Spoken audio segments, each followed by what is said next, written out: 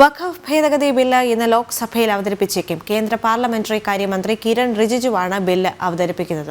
വഖഫ് ബോർഡുകളുടെ അധികാരം വെട്ടിക്കുറയ്ക്കുന്നതും ഘടനയിൽ മാറ്റം വരുത്തുന്നതുമായ ബില്ലിനെ എതിർത്ത് പ്രതിപക്ഷം രംഗത്തുണ്ട്. വിവരങ്ങളുമായി ഗൗതം അനന്ത നാരായണൻ ചേരുകയാണ്. ഗൗതം, വഖഫ് ബോർഡിന്റെ അനാവശ്യ അധികാരങ്ങൾ എടുത്തു മാറ്റുന്ന ബില്ല് തന്നെയല്ലേ ഇന്ന് പാസ്സാവാൻ പോകുന്നത്? ബില്ല് പാസ്സാകുന്നതോടെ എന്തൊക്കെ മാറ്റങ്ങളാണ് വരാൻ സാധ്യത? അതോടൊപ്പം തന്നെ പ്രതിപക്ഷത്തിന്റെ ഭാഗത്തു നിന്നും അവിടെ പ്രതിഷേധ പ്രകടനങ്ങൾ ഉണ്ടാവാനുള്ള സാധ്യത കാണുന്നുണ്ടല്ലേ?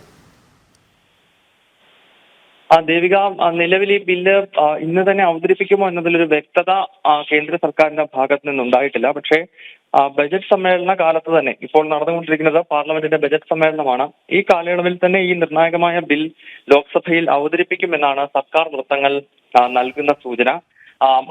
കേന്ദ്ര പാർലമെന്ററി കാര്യ വകുപ്പ് മന്ത്രി കിരൺ റിജിജു ആകും ബില്ല് അവതരിപ്പിക്കുന്നത്. ഏതായാലും ഈ ബില്ലിന്റെ അടിസ്ഥാനം എന്നത് വഖഫ് ബോർഡിന്റെ അധികാരങ്ങൾ വെട്ടിക്കുറയ്ക്കുക എന്നുള്ളതാണ്. കാരണം രാജ്യത്ത് വലിയ തോതിൽ വിവാദമായിട്ടുള്ള സംഭവമാണ് ഈ വഖഫ് ബോർഡിന് ലഭിച്ചിട്ടുള്ള അനാവശ്യമായ അധികാര പരിധികൾ.